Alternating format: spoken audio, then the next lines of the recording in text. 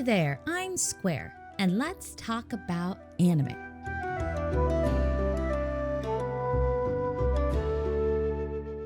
This week we have episode 6 of Yashahime. Now this one we started with the girls heading to Jubei, the corpse dealer's place, to turn in a bounty. While there, Moroha asks about any hot tips for some money making. This leads them to a village at the bottom of a mountain, the last stop before a mountain temple where travelers keep disappearing. The town itself seems to be brainwashed by bakeneko, ghost cats. The villagers becoming obsessed with the cats to the point of neglecting their own children. The princesses quickly disperse the cats quite easily and just continue on their way to the temple. There, they meet the temple's caretaker, the monk Juan. He tells them of a legend in which 100 years ago, a monk sealed a demon underneath the temple floor. The monk offers to let them spend the night. The girls agree, so they can set up a trap for the demons they can already sense in the temple. That night, the bakeneko attack, and again, are dispersed quite easily.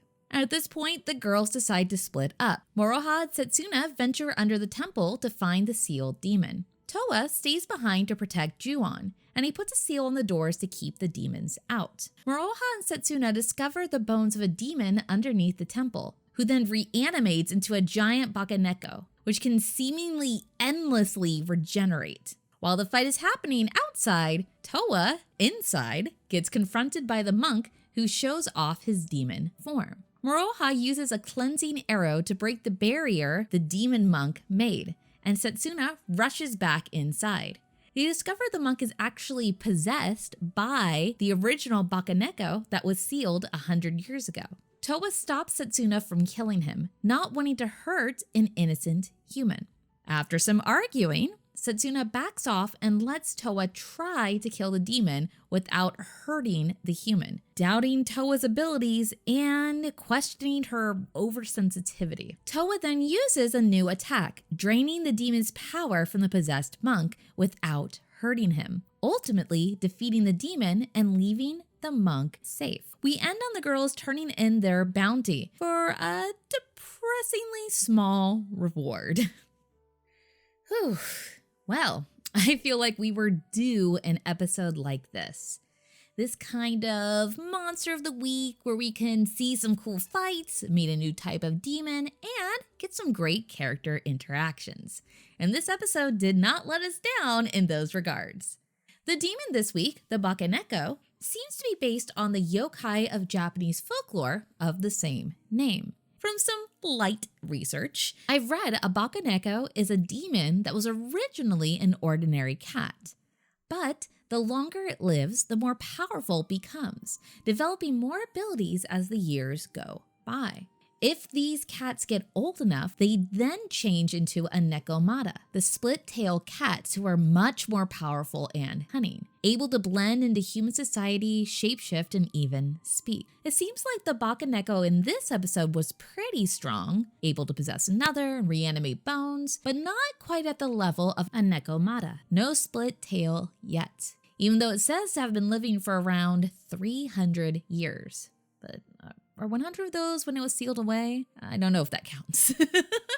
The highlight of the episode for me was Toa and Setsuna's growing relationship. While Setsuna is trying to act cold, she seems to be showing some developing care for Toa, rushing to save her and trying to protect her. She does continue to scold Toa for being careless and naive, but it's starting to come across as a bit more concern instead of just annoyance. Well, at least to me. Toa seems to be giving Setsuna some conflicting feelings. At one point during the fight, Toa brought up how wonderful and safe and happy the modern day is, and how much Setsuna seemed to like it. This seemed to hit Setsuna a bit, kind of breaking through her otherwise stoic demeanor. I wasn't expecting this kind of character development from Setsuna so early, honestly. Toa seems to have a real effect on her, and it's touching. Maybe we'll see a bit more of that sensitive girl back when she was 4 years old. I'd like to. It's kind of sad to see her so cold now when she seemed to be so happy and loving on her sister before. On a lighter note, can I gush a bit more about Moroha? She's amazing and has not let me down yet. Every episode, I am falling more and more in love. When we see her standing on that bike basket and singing loudly into the open air, oh my gosh, I was just giggling. She's so cute. But there's always a but, isn't there? Makes me wonder if there's something a little deeper there, feelings-wise. She completely blows off the question about why she needs money. She's pretty secretive, honestly, overall. She dismisses Myoga when he brings up her father, just completely unwilling to talk about any of those type of topics that talk about her, herself, her past, anything like that. So while she's a really fun and silly and almost carefree seeming character, one who's playful and trying to, play mediator with Toa and Setsuna when they're fighting and, showing she has a ton of empathy for them. Well, I can't help but think about, there's this kind of thought, theory, saying, I guess, that people who strive to make others smile tend to feel a lot of sadness within themselves. Like a lot of comedy comes from pain, and many comedians or just funny people in general have experienced tragedy. And a lot try to cover up feelings with banter and jokes and playfulness and sarcasm. Now, Moroha isn't really one to make jokes, but she is really playful and pretty silly. Like, considering that she's seemingly alone in the world, she doesn't have family, we don't know about her parents, she's probably been alone for a very long time. It makes me wonder if her lighthearted demeanor is hiding some pain on the inside. I feel like there's a deeper character there, and I really want to know more. But speaking of family, Myoga brought up Inuyasha again, speaking of the powers of Tetsusaiga this time. And while Moroha barely reacted, this did stand out to me a bit. After these 6 episodes, we still don't have an idea of where Inuyasha is, or honestly, if he's even alive. But this kind of throwaway conversation about the Tetsusaiga has me thinking Inuyasha is still living. Why?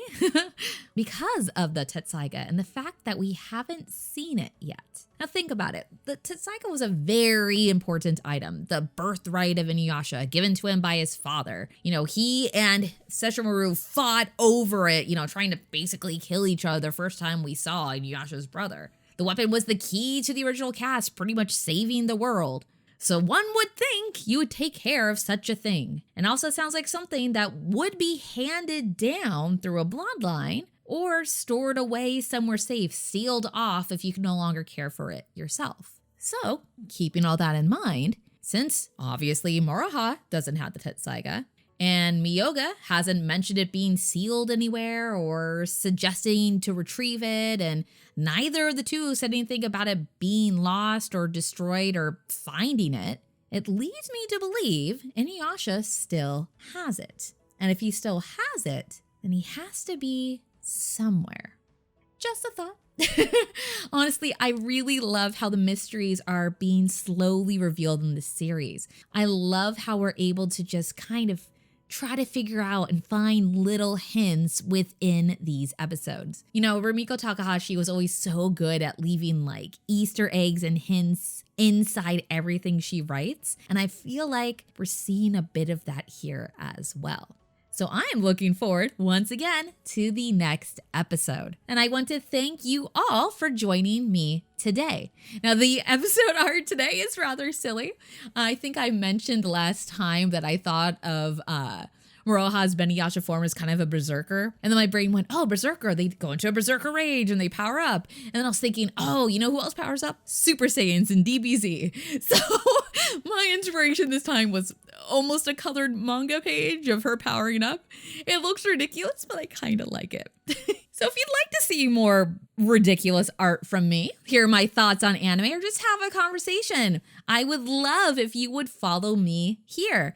Any type of interaction really, really helps. I also have a Twitter and an Instagram where I post even more art stuff that doesn't appear on this channel. So please like, subscribe, comment. I reply to all comments, and I'd love to see you again. And with that, I'm going to ask you to have an artsy day.